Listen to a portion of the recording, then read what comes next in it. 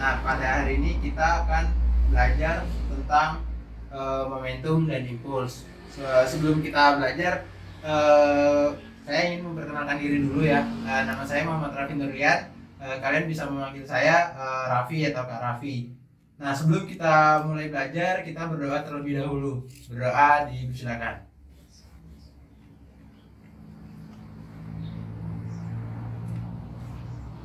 Doa selesai. Nah, sebelum kita mulai belajar, ini ada beberapa tujuan pembelajaran yang akan kita capai. Kamu bisa baca nggak apa aja tujuan pembelajarannya? Ya, agak kencang coba.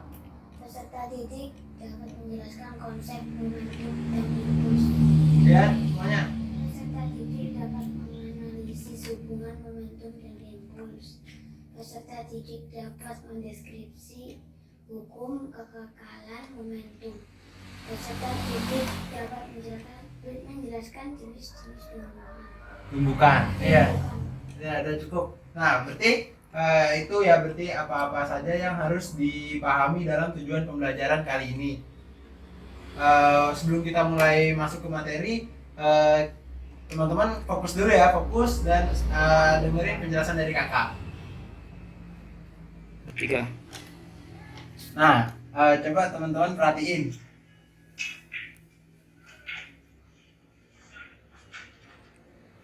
Ada apa ini? Biliar. Iya, betul.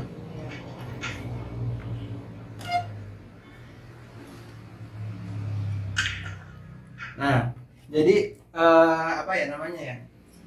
Antara biliar terus dengan mobil terus ada bandul yang saling bertabrakan ini mempunyai persamaan, yaitu sama-sama memiliki momentum. Jadi ketika dua buah benda yang saling bertumbukan, benda itu masing-masing memiliki momentum. Tadi sudah bagus ya dijawab bertumbukan, ada biliar gitu. Nah, tadi dari video yang disampaikan ada yang tahu nggak apa itu momentum? Kita sekarang kan belajar momentum. Belum tahu. Belum. Nah, dalam fisika momentum itu dirumuskan dengan P. Rumusnya itu M dikali V. Nah, betul. Jadi kesimpulannya, misalnya ini kan ada dua buah spidol ya. Masing-masing ini memiliki M dan memiliki V ketika bergerak. Nah, jadi ketika benda ini, spidol ini memiliki massa dan juga bergerak, maka benda ini disebut dengan mempunyai momentum. Nah, ketika spidol dilemparkan, itu berarti spidolnya memiliki momentum. Ketika bertumbukan, nah itu dia momentumnya berapa. Nah, M itu apa? M sama dengan massa. Massa rumusnya satuannya kilogram, dan V adalah kecepatan, betul.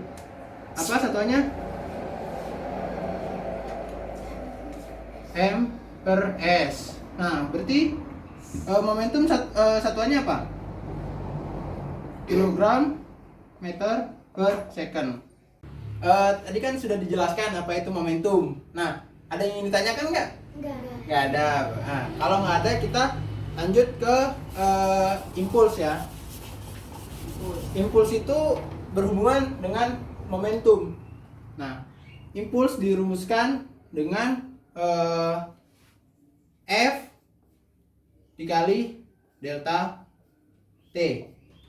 Tahu nggak F itu apa? F itu gaya yang satuannya N. Sementara delta T waktu. Waktu satuannya apa? Detik. S, ya, second. Nah, impuls contohnya itu ada di PowerPoint ya. Jadi ini ada ketika seorang pemain baseball memukul bola baseball. Nah, yang dimaksud dengan impuls sendiri, ini kan ada delta T. Nah, ketika pemukul ini menyentuh, ini misalnya bola baseball ya, menyentuh itu kan ada waktu tertentunya. Jadi semakin dia lama perkenaannya ini, maka impulsnya juga akan semakin besar, tapi juga dibandingi dengan gayanya gitu. Jadi kan misalnya gayanya besar, terus juga delta T-nya besar juga ketika dia menyentuh. Nah, itu maka impulsnya juga akan semakin besar gitu. Oh ya, impuls itu satuannya ms ya, kan ini hasil kali gitu. Jadi impuls satuannya I dengan ns, ini satuannya dari impuls gitu. Nah, momentum dan impuls ini mempunyai hubungan, yaitu impuls sama dengan dari impuls kita dapat merubah momentum gitu. Misalnya sebuah bola bergerak dengan awalnya momentum awalnya misalnya 5. Nah, ke arah kanan ya. Nah, ketika bola ini dikenai oleh impuls, maka momentumnya ini akan berubah, bisa bertambah ya, bisa lebih bertambah, atau dengan adanya impuls momentumnya akan lebih berkurang. Jadi hubungan antara momentum dan impuls ini sangat mempengaruhi gitu. Nah, tadi kan kita sudah belajar tentang apa itu momentum dan apa itu impuls. Nah, kita kemudian masuk ke tumbukan. Nah, tumbukan itu ada 3 jenis. Jadi ini jenis-jenis tumbukan. Jenis tumbukan.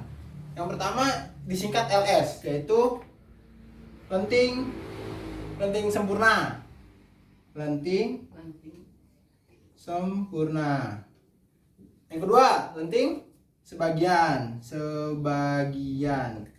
Nah, yang ketiga, tidak lenting. Ini maksudnya tidak lenting ya, hanya tidak lenting gitu. Ada yang tahu nggak bedanya apa? Nah, kalau nggak ada yang tahu, gini penjelasannya ya.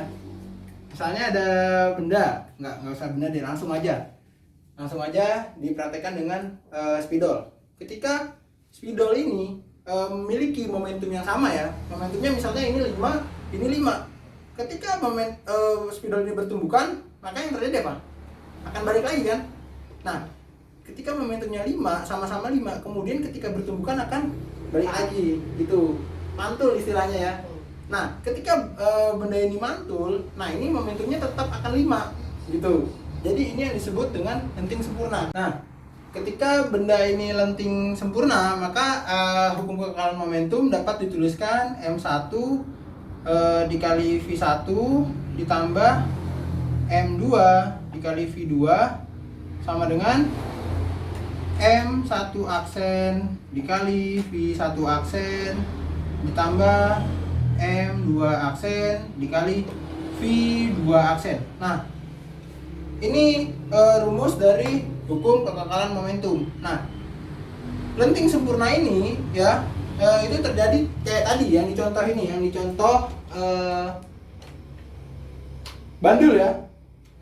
Nah, bandul seperti ini. Kalau misalnya bandul seperti ini tidak dipengaruhi oleh gaya gesek hambatan udara, maka ini terus momentumnya memiliki momentum yang sama. Nah, namun kita kan terkendala oleh apa ya namanya tadi gesekan udara. Jadi lenting sempurna ini terjadi pada benda-benda yang kecil, misalnya kayak misal atom gitu. Nah, kemudian ada lenting sebagian. Nah, kalau lenting sebagian ini sepertinya benda-benda sehari-hari ini melakukan lenting sebagian ya, karena momentumnya ketika setelah bertumbuk itu berkurang. Misalnya kayak tadi ya, ini 6, ini 6. Ketika bertumbuk momentumnya berkurang gitu.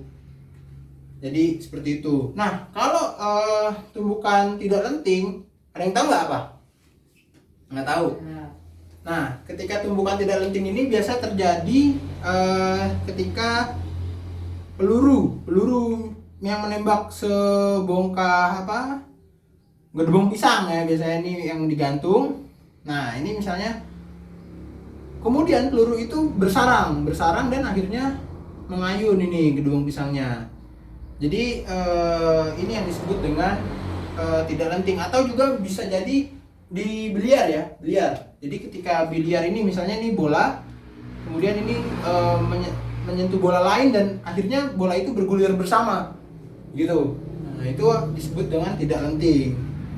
Jadi sampai sini ada pertanyaan tentang pembagian jenis-jenis tumbukan? Oke. Nah, kita kemudian masuk ke eksperimen. Jadi apa yang sudah dipaparkan tadi di papan tulis ini akan kita terjemahkan, akan kita buktikan secara eksperimen. Nah, di sini kan ada dua buah benda nih, ya kan? Ini sudah ketahuan momentumnya. Nah, kita coba ya. Kalau misalnya ini benda bertumbukan, bertabrakan, apa yang terjadi? Nah, momentumnya berubah. Berarti ini disebut jenis tumbukan yang mana? Lentingnya Sebagian. lenting sebagian, betul, karena karena apa? Ayo. Beda. Ya, karena Ada perbedaan gaya. ya momentumnya jadi berubah ketika bertumbuh. Ya. Nah, sekarang coba gimana kalau misalnya kita mau buktiin lenting sempurna gimana? Apanya yang harus dibikin sama? Bebannya. Momentumnya. Momentum. Nah, ini kan momentumnya masih beda nih. Yang satu ini dulu nih value. Nah, ini kan kelihatan nih momentumnya. Yang satu 0,75 kg meter per second, yang satu 0,5 kg meter per second. Nah, coba kita rubah. Nah, berdasarkan tadi rumus dari momentum, apa yang harus dirubah? Ini kan massa. Sementara V-nya ini tetap. V-nya nggak bisa dirubah. Berarti kan massanya yang harus dirubah kan? Masanya harus dirubah. Ini berarti menjadi harus berapa biar sama dengan yang bawah? 75. Ya, betul. Harus 0,75.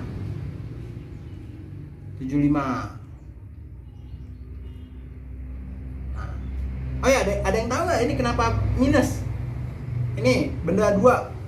Kenapa minus momentumnya? Bergeraknya berlawanan. Ya, karena momentum merupakan besaran vektor gitu. Nah, ini coba kita buktikan ya, apa benar ketika momentumnya sama, ketika terjadi tumbukan apakah akan tetap sama? Coba kita lihat.